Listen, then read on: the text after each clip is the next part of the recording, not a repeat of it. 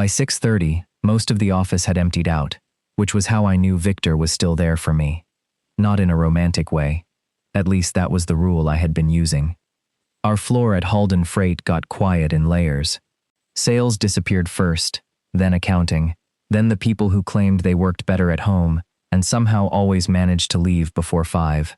By 6, only the people with bad deadlines or bad boundaries were left. I was firmly in the first category, trying to untangle a driver coverage problem that had somehow become mine because I was good at untangling things.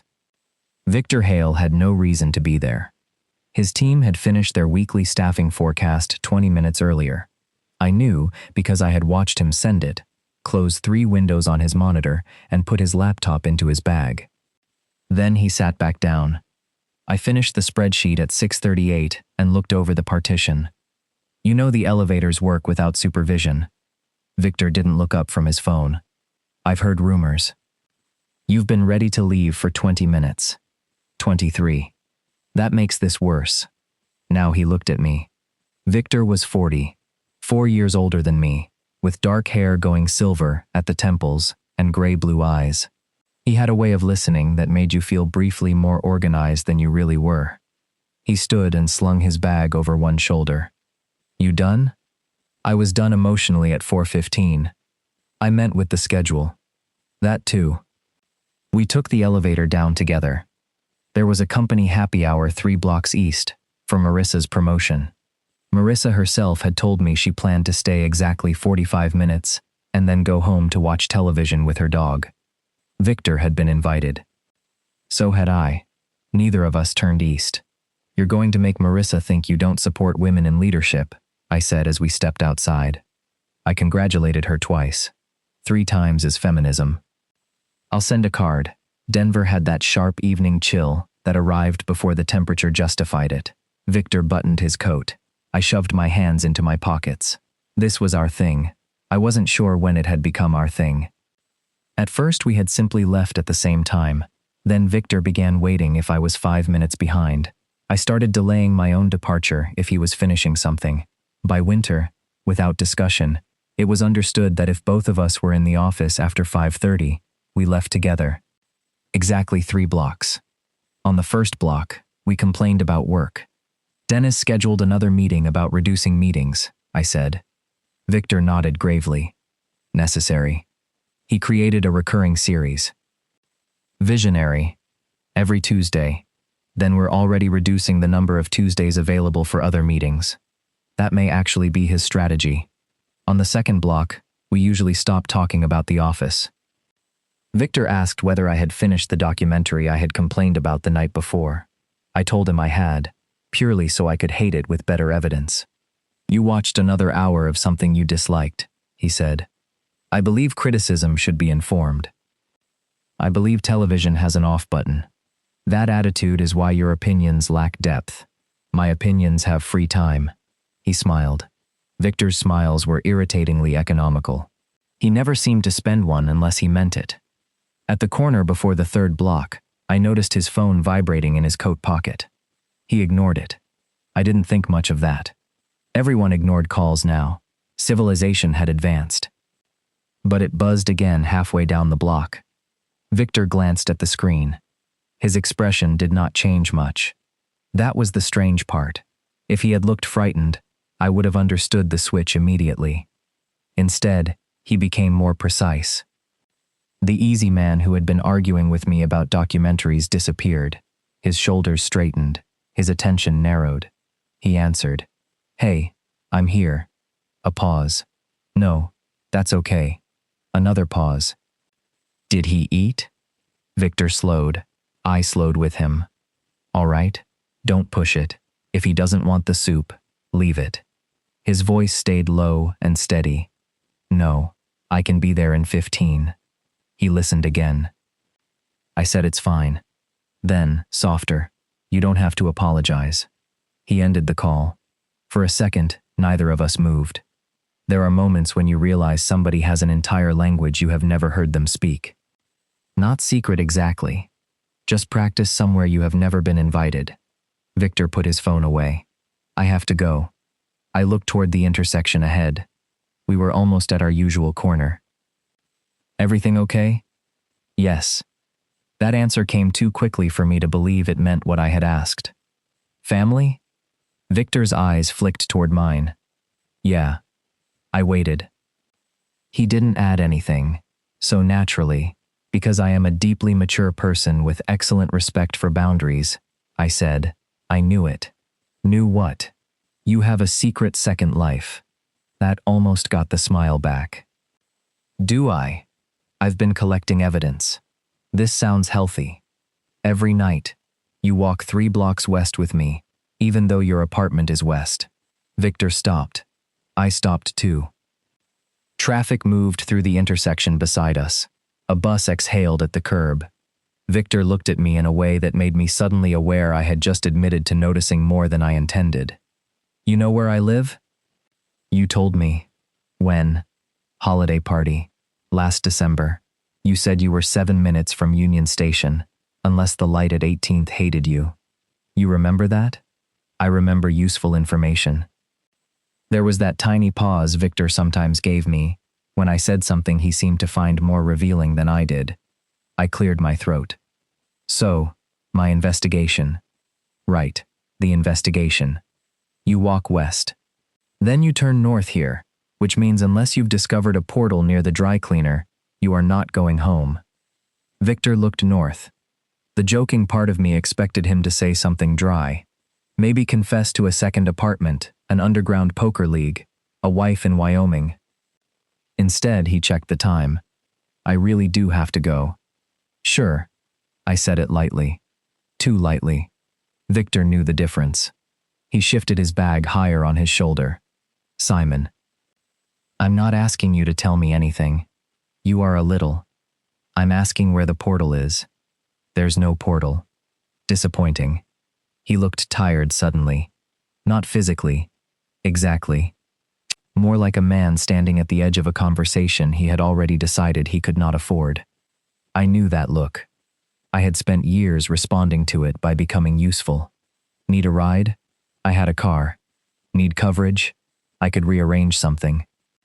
Need someone to call the insurance company, fix the reservation, compare the prices, remember the appointment, talk to your mother, make a list? I was excellent at being the answer before the question finished. So the next sentence was already forming. If you need... Victor cut me off before I said it. I don't. I blinked. I didn't say anything. You were going to. That's profiling. Accurate profiling. I laughed once, but he didn't. His face softened instead. I'm okay. Okay. And I'm not trying to be weird about it. You're doing a medium job. That earned me half a smile. Then Victor looked toward the northbound street again. The light changed. He stepped backward once. See you tomorrow? Obviously. Dennis has scheduled us all a meeting about freedom. Victor nodded. Wouldn't miss it. He turned. I watched him cross. At the other side, he lifted one hand without looking back and kept walking north. I stood at the corner longer than I needed to. What bothered me was not that Victor had somewhere else to go. People had lives, complicated ones, private ones. What bothered me was that for months, he had spent 15 unnecessary minutes walking in the wrong direction with me before going there. The next evening, he was waiting by the elevators again. I looked at him. He looked at me. Neither of us mentioned the phone call. We made it through the first block talking about Dennis. Halfway through the second, Victor said, "You're quiet. I'm respecting your privacy so aggressively it's exhausting. You could try normal silence. I don't have the training." That smile again. Then I asked, "Is it really not a secret?" Victor's expression changed. Not closed. Careful. No. Then what is it? He looked ahead toward the corner where he always left me. When he answered, his voice was calm. Not secret. Just not yours. The sentence should have annoyed me more than it did. There was a clean edge to it, but no cruelty. Victor wasn't punishing me for asking. He was telling me exactly where the line was. The problem was that I had already started thinking about the line. We reached the corner without much conversation. At the light, Victor gave me the usual nod. Tomorrow? Unless Dennis discovers another organizational emergency. He will. Then definitely. Victor turned north. I went west. The next day, I tried to behave normally. This was complicated by the fact that normal behavior had apparently included spending a measurable percentage of my workday noticing Victor. At 11:14, he refilled his water bottle. At 12:32, he ate something at his desk from a container I had never seen before. At 2:17, someone from payroll stopped by his station and made him laugh. None of this helped. At 3:40, I opened a blank note on my computer and wrote 3 possibilities for why a 40-year-old man might walk in the wrong direction every evening before going somewhere he didn't want to discuss. Then I deleted it because even I have standards. At 6:12, Victor appeared beside my desk. "You coming?" I looked up. "You know, after yesterday, this feels like mixed messaging." "What does?" "You keep inviting me into the first 3 blocks of your mysterious life." Victor considered that. Maybe I like the first 3 blocks. That was worse. I closed my laptop. Outside, Denver was warmer than the night before. The sidewalks were still crowded enough that we had to move around groups coming out of restaurants. Victor didn't mention our conversation. Neither did I. On the second block, he asked whether I had plans for Saturday. No. That sounded defensive. I have a strong relationship with my couch. Serious? We're exclusive. Congratulations. Thank you. My mother has concerns. Victor laughed. Then his phone rang. He looked at the screen. I saw the change again. Not panic. Responsibility. He answered immediately. "Hey." He listened. "No, you did the right thing." A pause. "Put him on."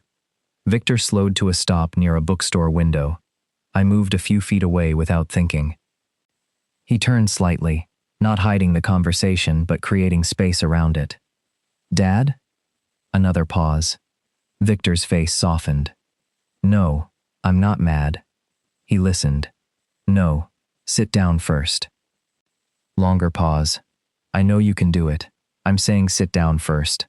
Something in his voice made me look away. It wasn't the tone someone used with a child. It was more careful than that. Respectful. "Tired?" "Okay," Victor said. "I'll be there soon." He ended the call. For once, I didn't make a joke. Victor stared at the phone for a few seconds. Then he said, "My dad had a stroke 8 months ago." The sentence arrived so plainly that I almost missed how much it cost him. "Oh, he's doing well." I nodded. Victor looked at me. "That's not a euphemism. He is doing well." "Okay." He lives alone, mostly because he refuses every suggestion that contains the words assisted living. Sounds determined. You have no idea. A little warmth returned to his face. He can walk. He cooks some. He complains professionally. Physically, things just take longer now. Evenings are harder when he's tired. "So you go there?" "Most nights." The answer settled several small questions at once. The route. The calls. Why Victor was never at happy hour. Why he sometimes arrived at work looking as though sleep had become theoretical. I said, "Who was on the phone?" "His evening aide." I nodded. Victor waited. It took me approximately 3 seconds to become myself again. "What kind of coverage does he have?" His expression changed. Not surprised. Resigned. I heard myself continue anyway. "I mean, if evenings are the difficult part, there might be options. Rotating support, transportation coverage, maybe. Simon. Or if the problem is scheduling, I literally do scheduling for a living." "Simon." I stopped. Victor's voice stayed calm. "I told you, because I wanted you to know where I go." "Right.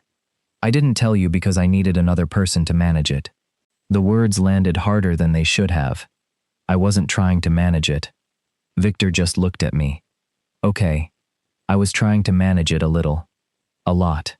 You don't know that." You got to rotating coverage in 12 seconds. That was brainstorming. That was an intervention with no invitation. I looked down at the sidewalk. He wasn't angry. That almost made it worse, because there was nothing for me to defend against. I'm sorry. I know you mean well. Dangerous sentence. It can be. We started walking again. At the third block, Victor didn't turn immediately. He stood beside me while traffic passed. My sister helps on weekends, he said. There's a physical therapist, an aide some evenings, his doctor's involved. He has a whole system. Okay, I'm part of the system. That sounds exhausting. It is. There was no self-pity in the answer. That made me trust it. I asked, how long have you been doing most evenings? Since he came home from rehab. 8 months? Victor nodded. I nearly said that was too much. I stopped myself. He noticed. Good work. Don't patronize me. I'm rewarding restraint. I hate this relationship already. Something flickered in his expression when I said relationship, not fear, attention. Then he turned north. That night, I opened my fridge and discovered I owned 6 condiments and half a lime. I ordered takeout and tried not to think about Victor. This resulted in thinking about Victor with excellent consistency. The thing was, I understood care. Care had always made sense to me, because care came with instructions. There was a problem. You solved it. There was an appointment. You remembered it. There was a difficult family conversation. You rehearsed it beforehand and debriefed afterward.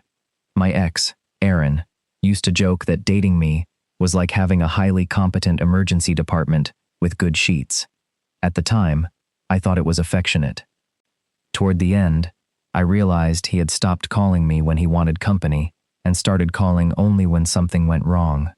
And I had helped build that arrangement. Because if Aaron needed me, I never had to wonder whether he wanted me. Need came with proof. Desire was harder.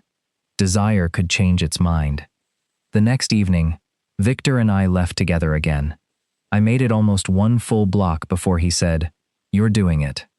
Doing what? Trying not to ask questions. I'm succeeding. You look physically uncomfortable. I have excellent posture. Simon. I sighed. Fine. 1 question.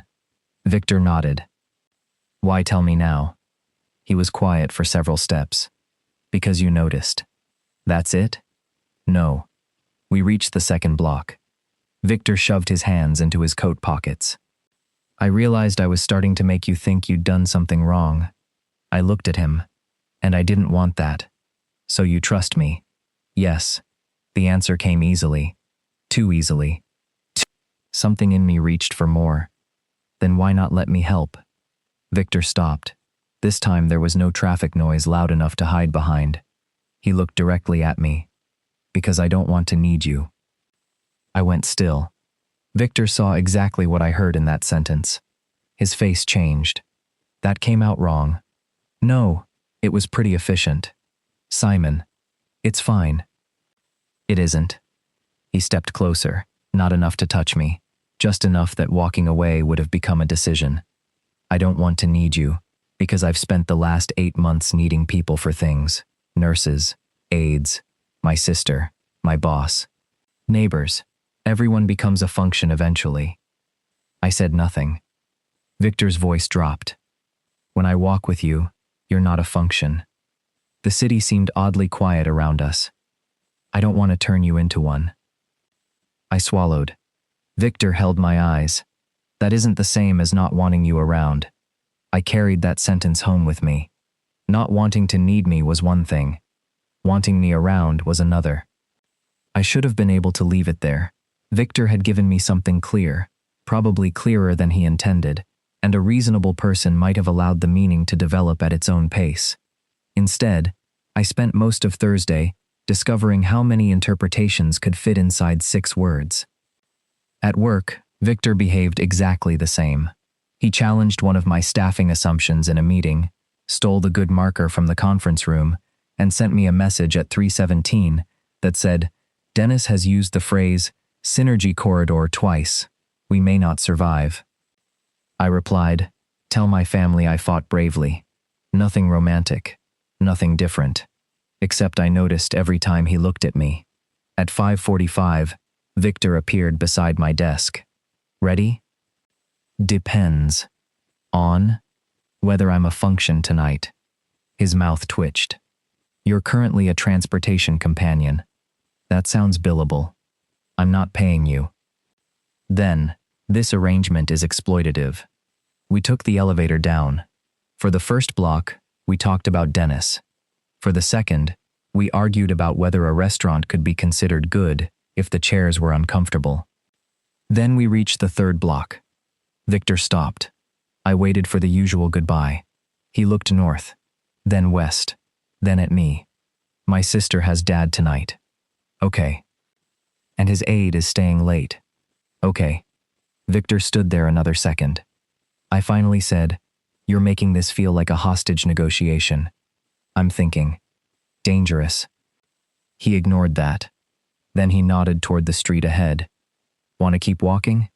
The question was so ordinary that it took me a moment to understand why my pulse changed. Past the border? There's no border. You've enforced it very consistently. I'm revising policy. I smiled. Then yes. We crossed together. Block 4 felt ridiculous. Nothing happened. That was what made it feel different. There was no emergency waiting at the end of Victor's route, no obligation deciding when he had to leave. We were simply two men who had reached the place where they normally separated and chosen not to. By block 5, Victor had stopped checking the time. By block 6, we were talking about things we had somehow never covered in months of walking. He had been engaged once, at 32. I nearly walked into a parking meter. You were engaged? For 4 months. To a woman? Victor looked sideways at me. To a man named Julian. That was going to be my second question.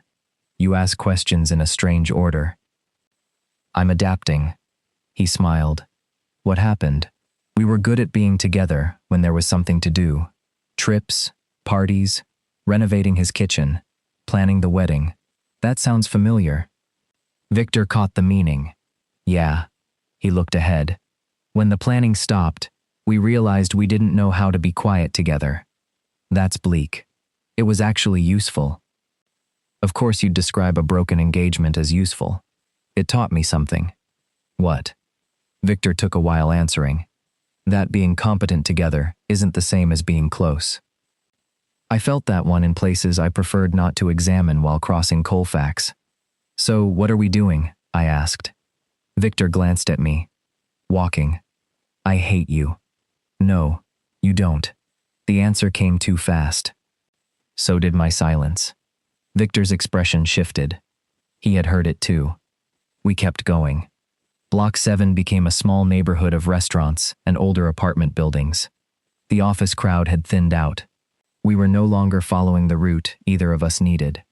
Victor slowed near a narrow bar with tables against the windows. You hungry? Usually. That wasn't a philosophical question. I could eat. He looked at the bar, then at me. Something about his face made me stop joking. Victor. Yeah? Is this a date? His eyes stayed on mine. I was trying to decide whether to call it one. That seems like information I should participate in. You're right. He inhaled once. This feels like a date to me. There are sentences that make the world larger. That one made it smaller. Just Victor, me, a narrow sidewalk, and the fact that neither of us had somewhere more important to be. Good, I said. Victor's shoulders dropped slightly. Good? Yes. You're making me work very hard here. I'm enjoying it. That's obvious. We ate dinner. Nothing dramatic happened. No confession. No tragic history. No revelation hidden under the table. Victor ordered fries and pretended he wasn't going to finish mine. I learned he hated karaoke because he had once performed, faithfully, at a cousin's wedding, while drunk enough to believe he sounded like Steve Perry. He learned that I had been banned from choosing movies by 3 separate friend groups. We talked about work only once. When I started calculating whether Victor had enough time to get home before bed, he caught me. Don't. I didn't say anything. You did math with your face. That is not a real expression. It is on you. I leaned back. Fine. He smiled. And because I didn't fix the evening, it remained an evening. That felt more intimate than I expected.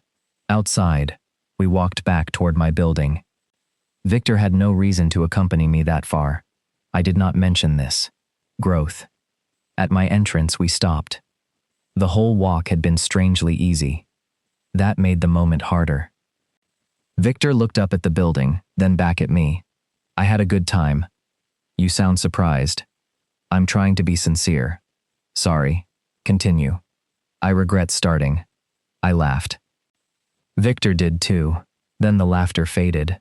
He was standing close enough now that I could see the faint line between his eyebrows he got when he was deciding whether to say something. I knew that expression. Normally, I would have helped. Asked the question for him. Made the next step easier. I didn't. Victor looked at me for several seconds. Then he said, Simon. Yeah? I want to kiss you. There was no clever answer available, so I did something unusual.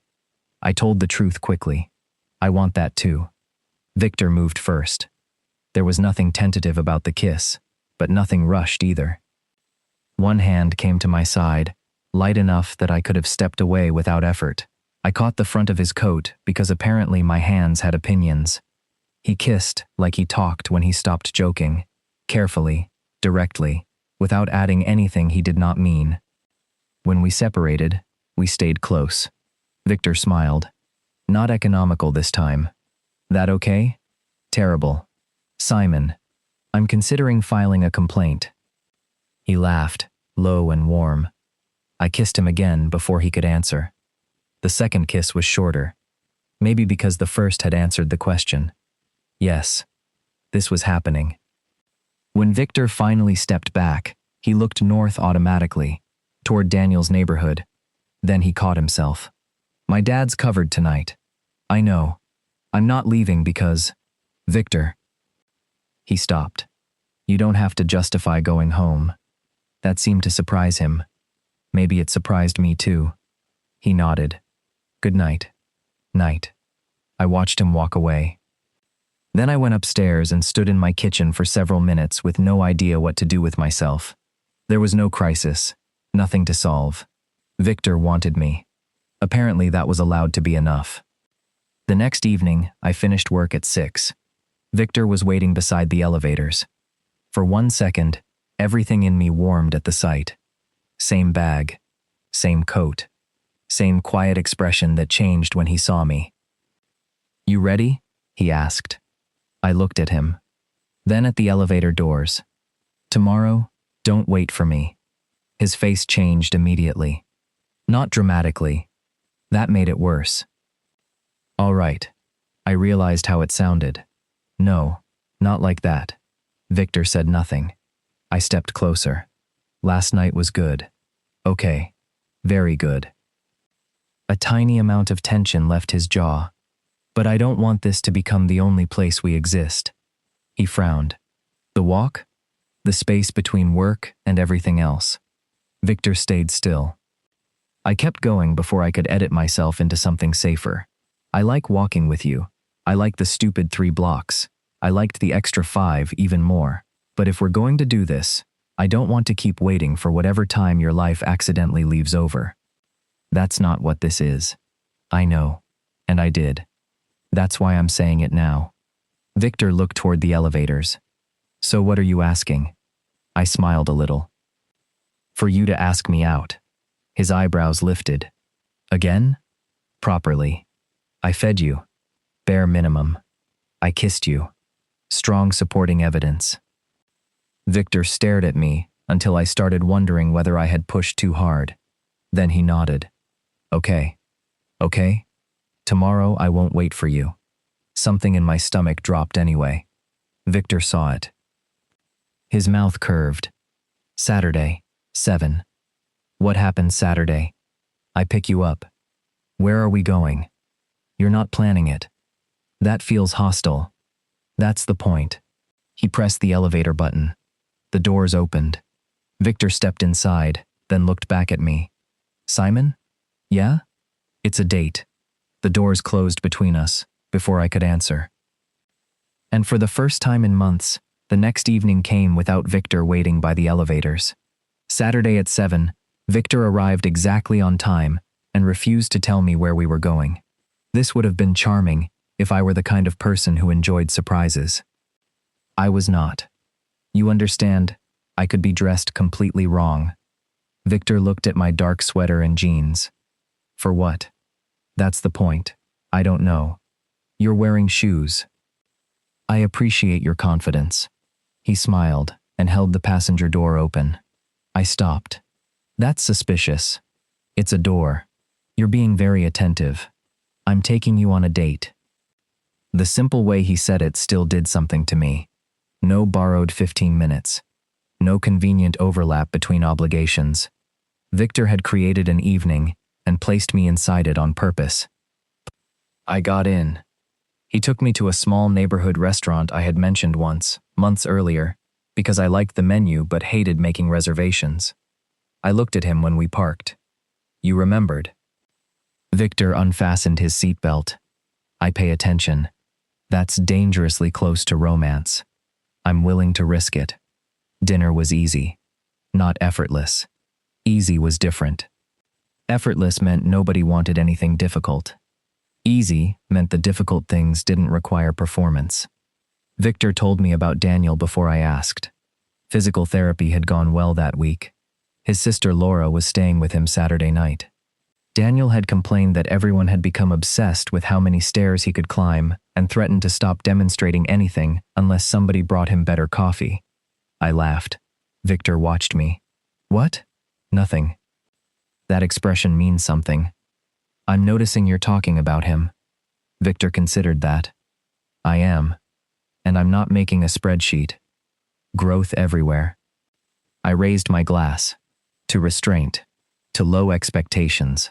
What surprised me most was how strange it felt to receive the evening. Victor had made the reservation, chosen the place, checked the route, paid attention to what I liked. My first instinct was to compensate. Choose the next place. Find the better dessert spot. Offer to split everything precisely. Restore equilibrium. Instead, when Victor asked if I wanted another drink, I just said yes. It felt embarrassingly vulnerable. A week later, we had another date planned. At 5:38, Victor called me instead of messaging. I knew immediately. Hey. His voice was tired. Dad had a rough physical therapy session. I leaned back in my chair. Is he okay? Yes. Angry. Which is usually encouraging. Because angry means himself? Exactly. Victor paused. I'm going over there. So tonight? I can't. Disappointment arrived first. Then my brain opened every emergency exit. We could move dinner later. No. I could meet you near his place. No. Or, we could just… Simon. I stopped. Victor was quiet for a second. Then he said something I wasn't expecting. I'm disappointed. I frowned. What? I'm disappointed too. There was no apology in his voice. No promise to make it up immediately. No attempt to turn feeling into logistics. I was looking forward to seeing you. Something in my chest loosened. Oh, I still can't tonight. I know. But I wanted you to know that canceling isn't the same as not wanting to come. There it was again. Victor separating desire from circumstance. A thing I had spent years confusing. Okay. Another pause. You're not going to offer 3 more solutions? I have at least 7. Simon. I'm keeping them private. Thank you. I hope Daniel has a terrible attitude. Victor laughed. I'll tell him. 3 nights later, Victor texted me at 9:20. Still awake? I was on my couch watching a crime series whose detectives had apparently never heard of turning on lights. Unfortunately. Can I come by? My body reacted before my brain did. Yes. Then I added, do you need anything? The reply came almost immediately. No. I stared at that word. Then, I just don't want to go home yet. 20 minutes later, Victor was sitting on my couch. No dinner. No date plan. No pressed shirt. He looked exhausted. I gave him water because not offering water would have required an unnatural level of self-control, then sat at the other end of the couch. "How's Daniel?" "Fine." I waited. Victor rubbed both hands over his face. "He's fine." "Different fine?" "Yes." He leaned back. "He had a good day. That's almost worse sometimes." I didn't understand. Victor saw that. When he has a bad day, I know what to do. Adjust things, call somebody, help. That part I understood perfectly. When he has a good day, he starts talking about driving again, going back to the hardware store alone, getting rid of the aide. He wants his old life. He wants control. Victor looked at the ceiling, and I want to give it to him. I also want him not to fall in his kitchen at 11 at night, because proving independence became more important than asking someone to stay. There were 10 practical questions I could have asked. Medication, mobility assessment, home modifications, professional recommendations. I asked none of them. That sounds hard. Victor turned his head toward me. Yes. We sat there. Nothing improved. It was awful. After maybe a minute, I said, "I'm very bad at this. At sitting, at you having a problem I'm not supposed to touch." A tired smile appeared. I noticed. I keep thinking of useful things. I know. There should be some kind of support group. For compulsive helpfulness? We'd organize it too efficiently. Victor laughed. Then he got quiet. This is why I came here. I looked at him. Because I'm frustrating? Because I didn't want advice. That feels personal. I wanted 20 minutes where I could be tired, and nobody needed me to make a decision. That silenced me. Victor closed his eyes, so I let the room stay quiet. For several minutes, I did nothing. No questions. No reassurance. No attempt to make Daniel's recovery more manageable. Victor sat beside me, tired and imperfect, and I allowed his difficulty to exist without turning it into an assignment. I was absurdly proud of myself. Then Victor opened his eyes. "Can I show you something?" "Sure." He pulled his phone out and opened his calendar. That was where things went wrong. It wasn't dramatic, just familiar.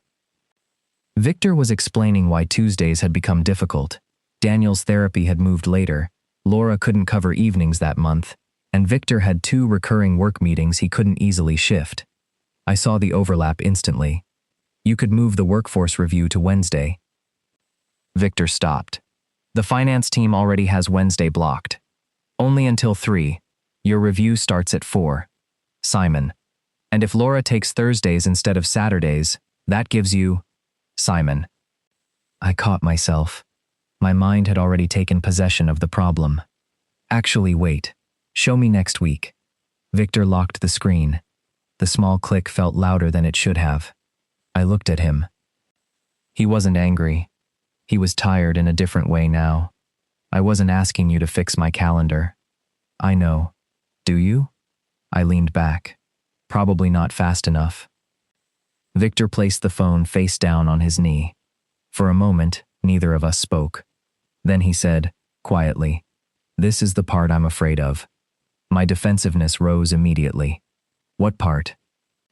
"That eventually, every difficult thing in my life becomes something you think you have to earn your place inside." "I'm not trying to earn anything." Victor held my eyes. I wanted to insist. Instead, I heard myself. The restaurant, the canceled date, the phone call, every empty space I kept trying to fill with usefulness. I looked away. Victor reached across the couch and rested his hand over mine. Not comforting me, not forgiving me, just there. "I want you here," he said. My throat tightened. "Then why does it feel like I'm standing outside a locked room?" Victor's hand stayed on mine. "Because I'm still learning how to open the door without handing you everything behind it." I looked at our hands. "And I'm still learning how to walk through without reorganizing the furniture." That got a small laugh. "Exactly." He stayed another 15 minutes. We talked about nothing important. When Victor left, I thought the conversation had been progress. It was. Just not enough. 3 days later, Daniel had a setback. Victor disappeared from work for 2 days. By the end of the first morning, I had already reassigned one of his reports. By lunch, I had taken another. By the second afternoon, I had told our manager I could absorb Victor's Friday workload too. Nobody asked me to. That was the problem.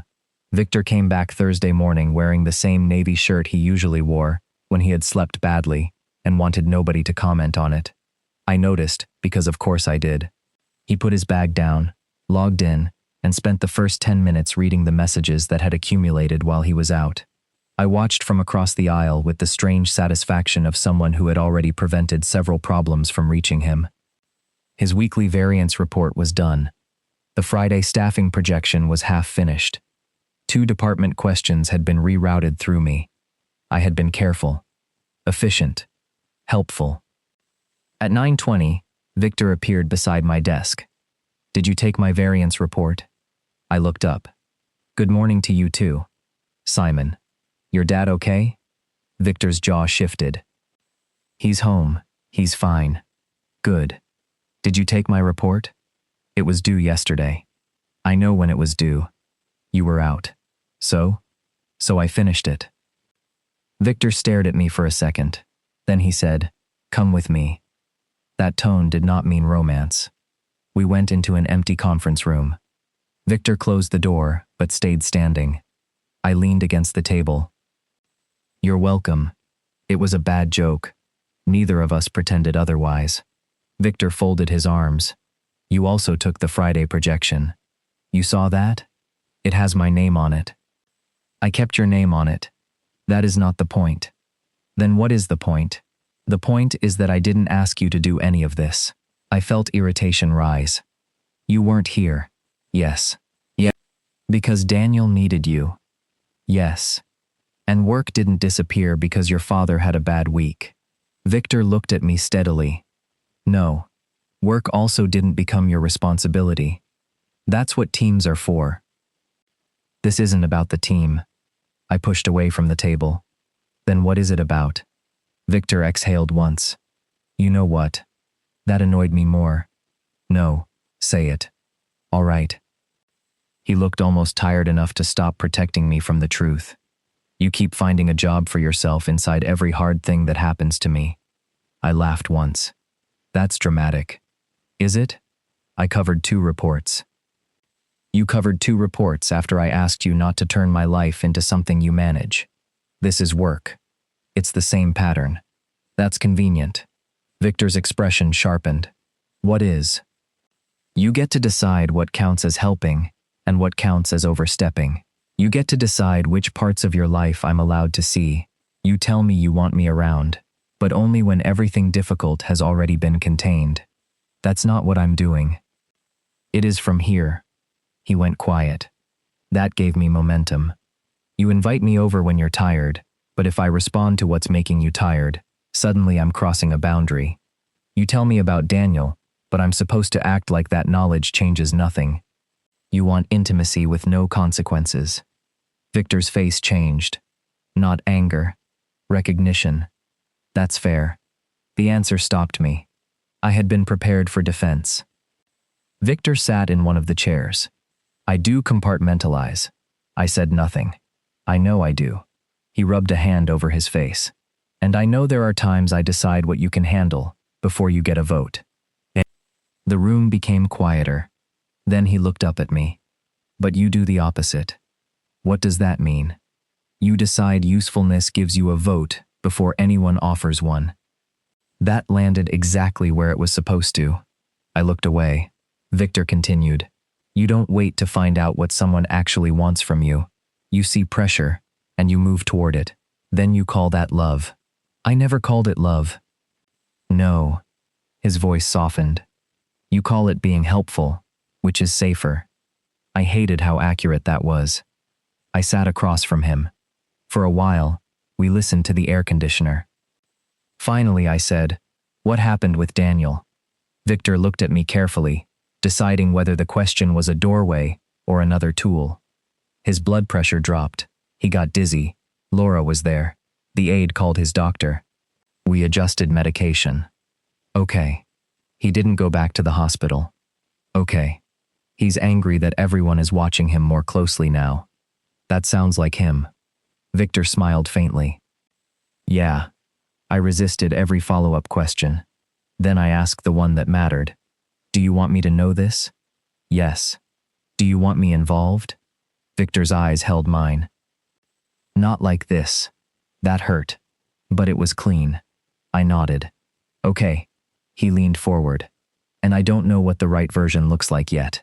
Neither do I. That was the most honest thing either of us had said. We decided to stop dating for a while. Not forever. Not dramatically. Victor did not say he needed space to think about whether he liked me. I did not pretend I had suddenly stopped wanting him. We simply admitted that right then, every new problem would become a test neither of us knew how to pass. At work, we were professional, which was terrible.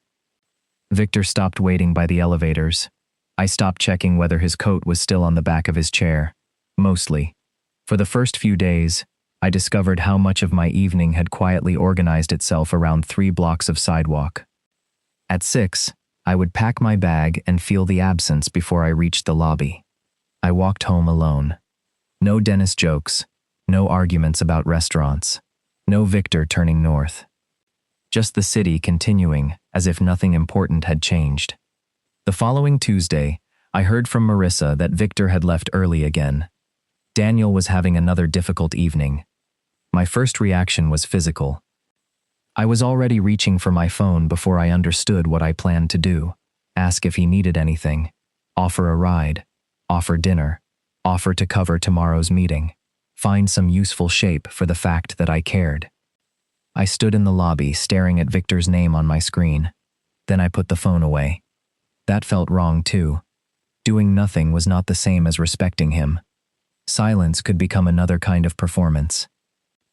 So I took the phone back out. I typed, "Thinking of you. I miss you. I don't have a solution." I read it 6 times. The last sentence made me feel physically exposed. I sent it before I could improve it. Victor did not answer for 40 minutes. Then, "Thank you." A minute later, "I miss you too." That was all. No invitation. No task. No reward for good behavior. I walked home carrying 2 sentences that required nothing from me. Across town, though I did not know the details until later, Victor was doing his own work. He talked to Daniel. Not about me. About what the last 8 months had become. Daniel had been assuming Victor preferred evenings because Victor never complained. Victor had been assuming Daniel needed him there because Daniel rarely asked him to leave. Laura had been taking weekends because that was the pattern, not because it was the only arrangement possible. Their care coordinator had already suggested expanding 2 weekday aid shifts, but Victor had postponed the decision because he kept telling himself the current system worked. Technically, it did. That was the problem. A system could function and still cost too much. They changed some things. Not everything. Victor still went to Daniel's. Laura still helped. The aid still came, but responsibility stopped being a test Victor passed alone. I did not know any of that Wednesday afternoon when Victor came to my desk. He waited until I finished reading an email. Then he said, "Are you free tomorrow evening?" I looked up. For what? He hesitated. Victor Hale, who could explain a staffing model to 40 people without notes, looked nervous. "My dad wants to meet the person who hates every movie I recommend." I stared at him. "You told him about that?" "Apparently often." A smile threatened. I kept it under control. "Victor." "Yeah? Are you asking me to help with something?" "No." The answer came immediately. "To drive?" "No." "Pick anything up?" "No." "Fix a schedule?" He almost smiled. "No." I waited. Victor took one breath. "Would you come with me tomorrow?" This time I understood the question. Not what I could do. Whether I would come. "To meet Daniel?" "Yes." I looked at him for a long moment. Then I nodded. "Yeah." Victor's shoulders loosened. "Yeah? Yeah." He smiled. He smiled. And for the first time since we stopped dating, I knew we were not going backward. Daniel Hale lived in a brick building with a narrow lobby, an elevator that complained between floors, and a brass number 6 hanging slightly crooked beside his apartment door. Victor noticed me looking at it. He refuses to let me fix that. The 6? The entire number. It's visibly wrong. He says it still communicates 6. I like him already. Victor smiled, but I could tell he was nervous. That helped. Victor nervous meant I was not being escorted into a carefully managed presentation of his life. He had asked me to come, and now he had to live with what that meant too. He knocked once before opening the door. "Dad?" "Unless somebody else moved in." Daniel's voice came from the living room. Victor looked at me. That's him being welcoming. I feel embraced. Daniel was sitting in an armchair near the windows with a tablet balanced on one knee and a cane resting against the side table. He was thinner than I had imagined, with Victor's eyes and none of Victor's interest in hiding what he thought. He looked me over. "So you're Simon." "That depends what Victor said. Mostly that you criticize movies for sport." "That sounds accurate." Victor closed the door behind us. Daniel pointed at him. "He thinks I'm rude." "I think you enjoy efficiency." "Same thing at my age." I laughed. Victor gave me a look that said I had joined the enemy quickly. Good. For the first 10 minutes, nothing about the evening felt difficult. That unsettled me more than difficulty would have. Daniel asked about my work, rejected my attempt to explain scheduling analytics as professional calendar bullying, and told me Victor had been annoying since childhood because he read instruction manuals before assembling anything. "He still does that," I said. "I know." Victor went into the kitchen. Daniel leaned toward me. He alphabetizes spices. I knew there was something wrong with him. "I heard that," Victor called. Daniel grinned. Then he reached for the glass on the side table. His fingers missed slightly. Not dramatically. The glass tipped, hit the coaster, and steadied. Victor moved half a step, then stopped. Daniel tried again. This time he got it. I felt my body respond exactly the way it always did. Move closer. Make it easier. Prevent the second attempt. My hand had already shifted off my knee. I put it back. Daniel drank. Nobody congratulated him. Nobody pretended not to notice. The moment passed. That was harder than doing something. Dinner was already prepared. Victor heated it, while Daniel complained that the physical therapist had become personally invested in his left leg. I offered to set the table. Victor looked at me. I froze. Daniel said, "For God's sake, he can carry plates." Victor laughed. "Fine." I pointed at Daniel. "He understands me. Don't encourage him." Setting the table was allowed because someone actually wanted it. That distinction seemed ridiculous, until I felt how different it was. During dinner, Daniel asked how long Victor and I had worked together. 3 years, I said. Victor corrected me. 3.5. I looked at him. You know that? I started in February. I know when you started. Daniel looked between us. Thrilling. Victor ignored him. After dinner, Daniel wanted tea. Victor asked, "Want me to make it?" Daniel said, "No." Victor sat back down. That was it. No second offer. No persuasive argument. Daniel got up slowly, using the arm of the chair and then the cane. His first step was careful. His second steadier. He went toward the kitchen. Victor watched him. Victor watched him. I watched Victor. There was fatigue in his face. Not panic. Not even fear exactly. Something harder. Restraint. This was what Victor had meant. Care was not always doing more. Sometimes care was allowing someone else to do something slowly, while every instinct told you that faster would be safer. Daniel disappeared into the kitchen. A cabinet opened. Victor's shoulders tightened. I almost said something. Instead, I let my hand rest on the couch between us. Not reaching. Just there. Victor looked down. Then he put his hand over mine. Daniel returned carrying one mug. He glanced at our hands. Oh, good. You finally figured that out. Victor closed his eyes. Dad. What? I laughed before I could stop myself. Daniel looked pleased. I have speech problems, not blindness. Victor turned red. Actually red.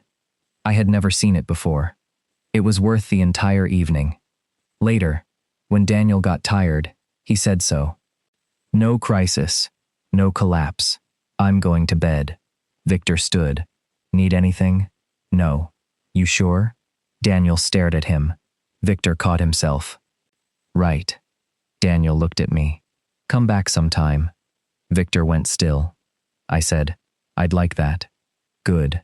He needs people who don't know how to operate him. Victor sighed. I'm literally standing here. That's why I said it. We said goodnight.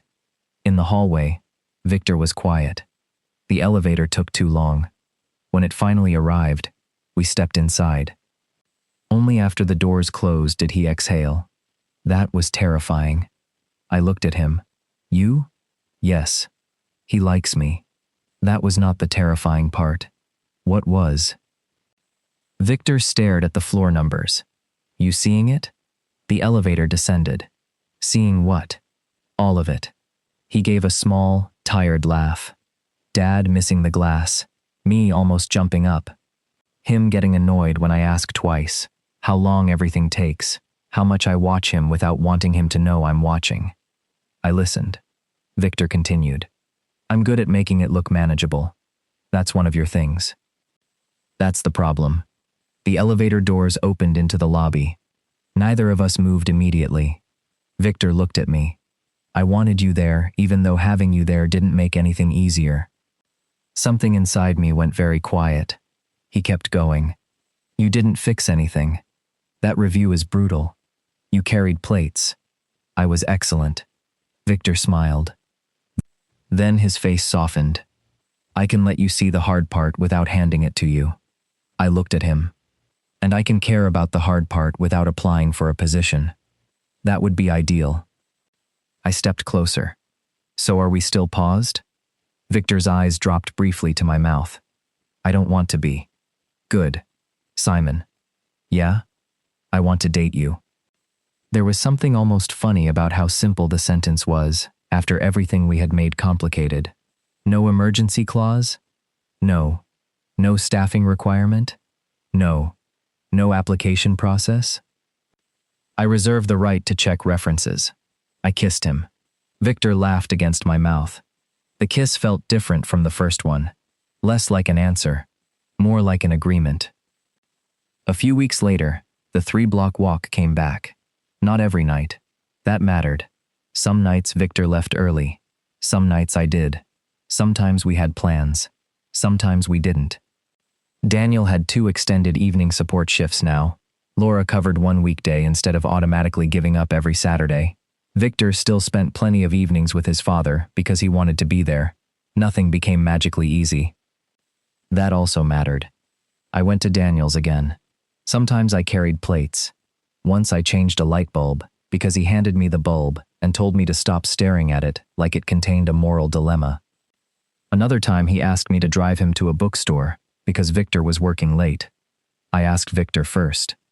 Victor told me to ask Daniel. Daniel told both of us we were exhausting. We got better, not fixed. Better. Victor learned to say, I had a bad day and I want company, without first proving he had exhausted every other option. I learned to ask, do you want help or do you want me here, and survive either answer. Sometimes the answer was help. That was important too. The goal had never been for me to become useless. It was to stop making usefulness the price of admission.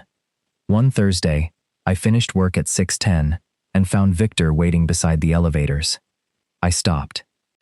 You know, we abolished this. We renegotiated. Dangerous precedent. The elevator arrived. We went down. Block 1 was Dennis, who had now scheduled a working group to evaluate the effectiveness of the meeting reduction initiative. Block 2 was an argument about whether leftovers could count as meal planning. Then we reached the corner. The old one. For months, Victor had turned north there. I had gone west. Victor slowed. So did I. There was no call waiting, no aid expecting him, no crisis being avoided. Daniel already had the support he wanted that evening. Victor looked north. Then at me. Your place? I smiled. If you want. Victor held my gaze. I do. We crossed west together. There was no dramatic feeling of arrival. No promise that every future evening would look like this one. Victor would still have responsibilities. I would still occasionally discover a problem and have to physically restrain myself from building a spreadsheet. We were not fixing each other. That turned out to be the point. Halfway down the next block, Victor reached for my hand. I let him take it. There was nothing I could do for Victor that night. He came with me anyway.